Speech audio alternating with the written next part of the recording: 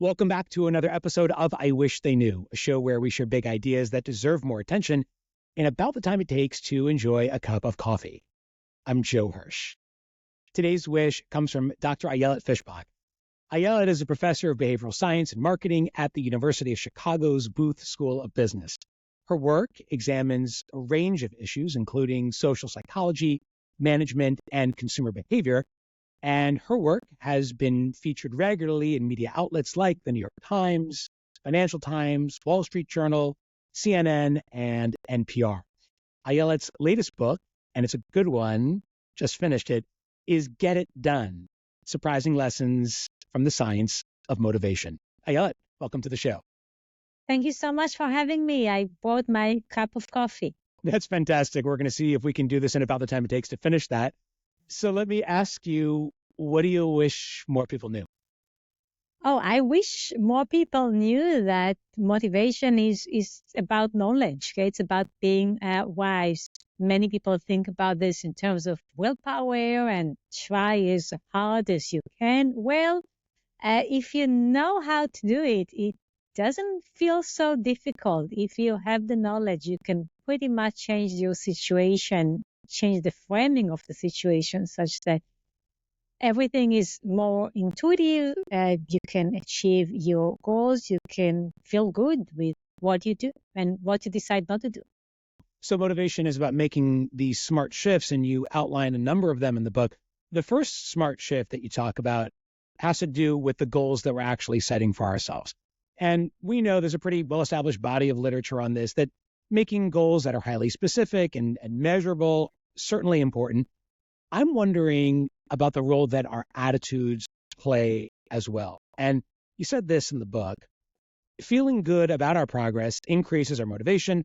Feeling bad about our lack of progress pushes us to work harder. So I guess my question is it better for people to set easier targets and then collect those quick emotional wins, those boosts, or aim for more ambitious targets and maybe risk a setback along the way? You probably need both. Okay?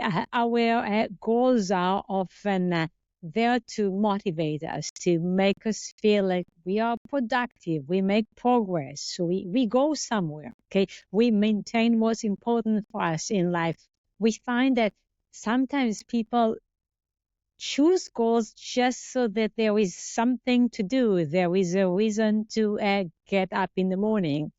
Saying that, clearly many of our goals are deeply important for us. They are not just a reason to get up today and do something. They are not short-term, they're more long-term. Okay? They define what's important for us in life. They can take years to accomplish, and we have more than one goal. We have many of them. So some short-term that are really just meant to make us feel good and productive, and some that are more central, that are more long-term. Often these goals are connected to each other. So my short-term goal might be to maybe exercise today, or having this cup of coffee with you, Joe. My long-term goal is to be healthy. Okay, so I exercise today. It's also to study motivation and reach out to people who are curious about motivation, which is why we talk today. So having safe goals and stretch goals, that combination, super important. And as you said, it's often the case that the larger goal, the longer goal that is harder to achieve, is the one that often leads to smaller, more measurable, more attainable goals along the way. Absolutely. And some of our goals will take a lifetime, or we might never quite achieve them. Okay, it's more of a guide. Okay, people say that they want to make the world a better place. Well, you're never going to say, I'm done. The world is a better place. I can quit.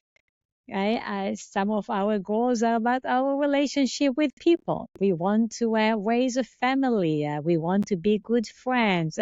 You're never quite there. It's more of a guide for what is it that you want to achieve in the time that you have.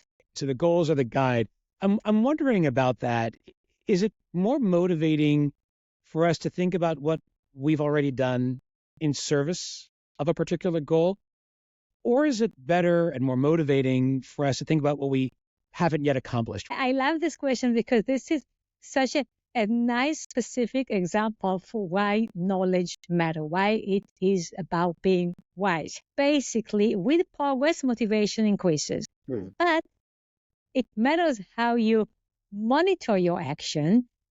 And as it turned out, at the beginning of pursuing a goal, it's better to look back. Beyond the midpoint, it makes sense to look ahead and see what's missing. If you are 1 year away from completing college, well, you look ahead and say, I only have 1 year, as opposed to I already completed 3 years. We find a similar effect with expertise. Okay? Experts look ahead. Okay? This is how much I still have to do. Okay? Novices look back. This is how much I have completed.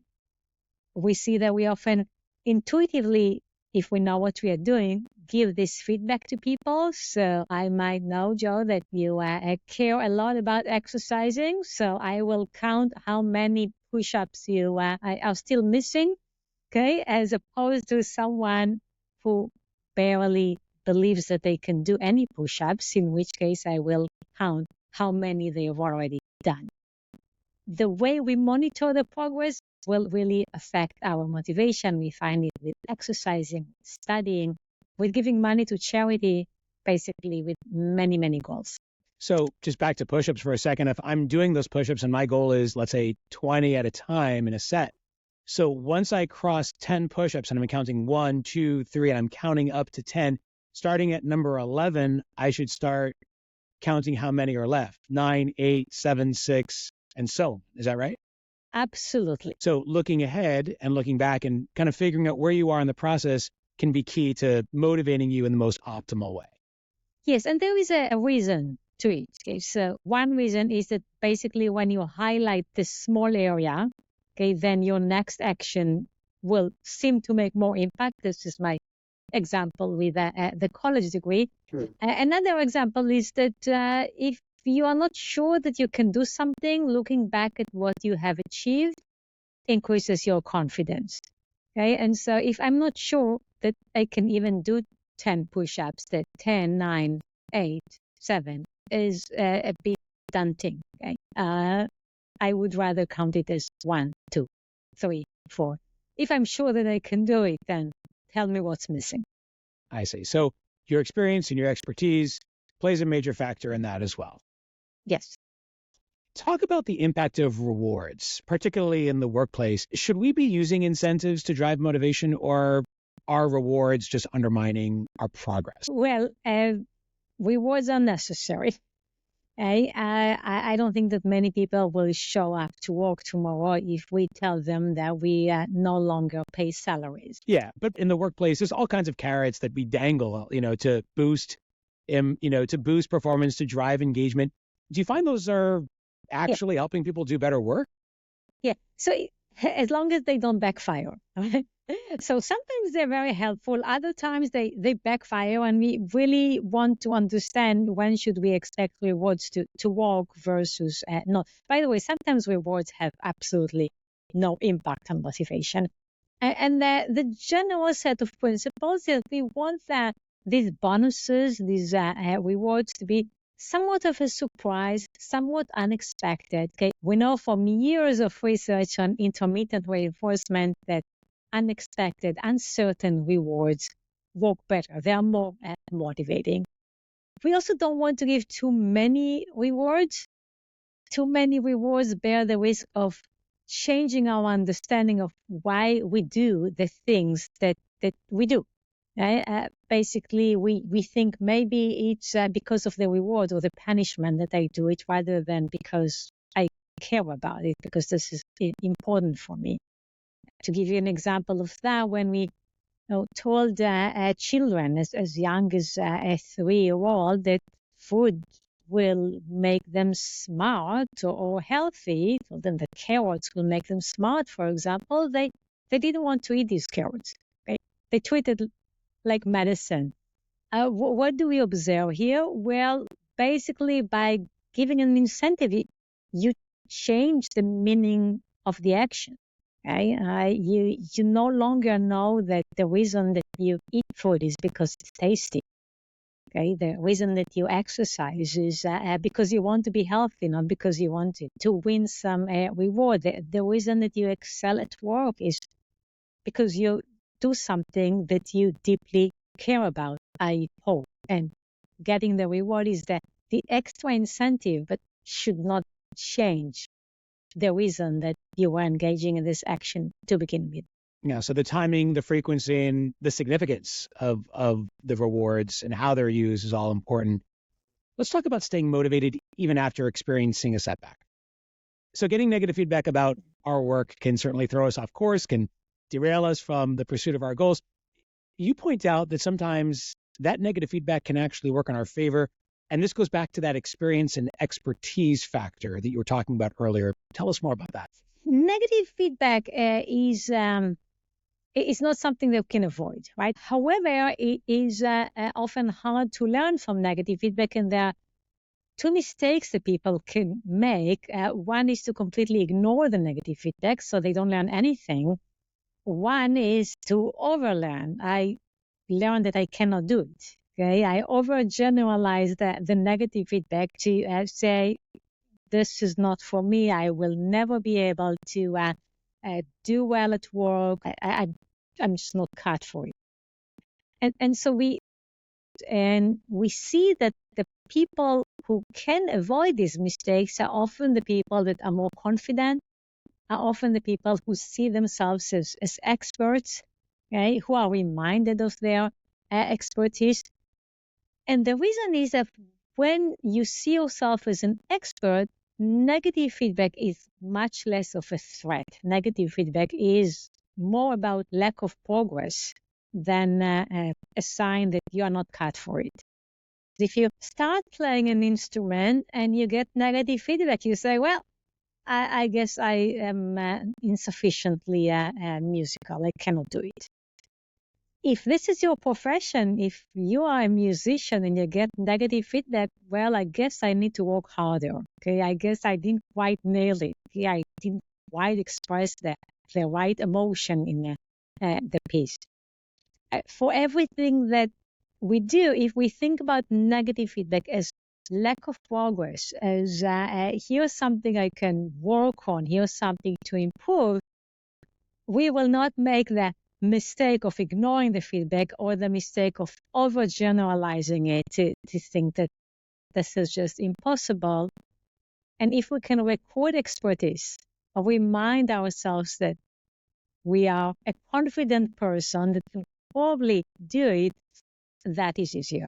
And does a person's tolerance for getting that kind of feedback, the resilience that person shows, did that show up in the research as well? Are more resilient people naturally better at getting critical feedback than others? We find it mainly in the context of the specific thing that they are doing. One of the strategies is simply to record your confidence for this task, to think about why you are in the right place, why you should be able to do it. Let me throw another strategy that we study. Think about the advice that you would give someone. When you get negative feedback, think about the advice that you will give another person based on what you have learned. And what I like about this strategy of giving advice to another struggler is that it forces you to learn. Okay? It forces you to stop and think, hey, when this did not work out, what did I learn? And we found that this is effective for students, for people seeking employment, for people trying to improve their health, and so on and so forth. Yeah, it turns mistakes into learning moments, and you make that failure your teacher. Exactly.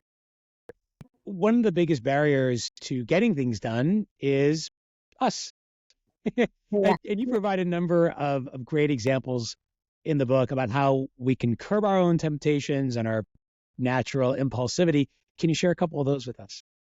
Basically, the first challenge when we face temptation is to know that it's there, to see that there is a problem. The best solution for that is just to think about multiplying the decision. Okay, it's not just about whether I should eat the cake now, is whether I should eat cakes every afternoon. It's not about whether I should spend money now, is whether in a similar situation in the future I should decide to make this purchase. And then the second step is doing something about it, right? Battling the temptation. And the best strategy for that is basically to know that it's coming, to know that it's going to be hard, to know that I might lose my temper. Okay, this is going to be a difficult meeting at work. If we tell people that it's going to be tense, they get there and it's not very hard for them to control their emotions. If we tell people that there will be food temptations, they get to the party and they are less tempted than if they did not anticipate that in advance. You also talked about this idea of temptation bundling, where you bundle a temptation with the thing that you have to do. Yeah, I really like Katie Milkman's work on temptation bundling. She coined the term. Basically, going back to how you reframe the situation for yourself, how you think about things in a different way. What is exercising? Okay, is exercising push-ups, or is exercising doing your favorite exercise while watching TV? Okay, is running something that involves listening to music? Okay, some people like to also listen to music while working. Okay, so is working also something that includes listening to music? We did a study some time ago with Caitlin Woolley when we brought music and snacks and color pencils to a high school, and the students were doing more math. Okay, we just changed the activity by introducing more fun elements, basically increasing intrinsic motivation, did what is known as temptation bundling. The book is Get It Done, and the author, and she gets it done every time, is Ayelet Fishbach. Ayelet, thanks for sharing your wish with us today. Thank you so much for having me, Joe.